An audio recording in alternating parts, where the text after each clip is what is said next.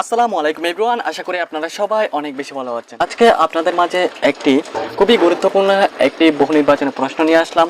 আশা করি আপনারা এই ক্লাসটি প্রথম থেকে শেষ পর্যন্ত করতে থাকুন। এই রিলেটেড অঙ্ক কিন্তু আপনাদের পরীক্ষার মধ্যে যারা মাধ্যমিকে পড়েন তাদের জন্য অবশ্যই একটি বেস্ট অঙ্ক। এই রিলেটেড বহু নির্বাচনী প্রশ্ন কিন্তু পরীক্ষার মধ্যে অনেক সময় এসে থাকে। সো বন্ধুরা, আমরা এখানে একটা প্রশ্ন নিয়েছি। প্রশ্নটি হচ্ছে ক ইস্টু খ সমান সমান 4:7 এবং খ ইস্টু গ সমান সমান 10:7 হলে খ ইস্টু গ এর মান কত? তাহলে আমরা এখানে তিনটি অপশন নিয়েছি। সো একটা হচ্ছে 49, 70, 40, আরেকটা হচ্ছে 70, 80, 50, আরেকটা হচ্ছে 20, 50, 60। তাহলে আমাদের এটা অবশ্যই রাফ করিয়ে বের করতে হবে। এই তিনটা অপশনের মধ্যে কোন অপশনটা সঠিক সেটা আপনারা অবশ্যই রাফ করে সেটা অবশ্যই কমেন্ট বক্সে লিখে দিবেন। আর যদি সঠিক না হয় তাহলে সম্পূর্ণ ক্লাসটি করতে থাকুন।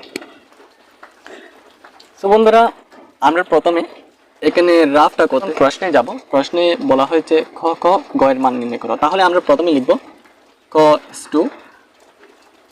ইস্টু গ। খ ইস্টু গ আমরা লিখেছি। এখন আমরা এখন জাস্ট মানটা বসিয়ে দিব। খ এর মান আছে 4 এবং খ এর মান আছে 7। আমরা এখন দেখে জাস্ট মানটা বসিয়ে দিব। খ এর মান আছে 4 এবং খ এর মান আছে 7। তারপর আছে খ এবং গ এর মান আছে 7 এবং 10 খ এর মান আছে এবং স্টুটা আমরা দিয়ে দিচ্ছি। তারপর গ এর মান আছে 7। আমরা সিরিয়াল অনুযায়ী সেটা লিখেছি। খ বরাবর খ এর মান, গ বরাবর গ এর মান এবং খ বরাবর খ এর মান আমরা লিখেছি। আমরা এখন যে জায়গাটা খালি আছে সেটা পূরণ করব তার আগের সংখ্যা দিয়ে এবং পরের সংখ্যা দিয়ে। এখানে আছে 10টা আমরা এখানে লিখে দিব। এখানে আছে 10টা আমরা এখানে লিখে দিব। এখানে আছে 7টা আমরা এখানে লিখে দিব। সো এখন আমরা এটা গুণ করে দিব।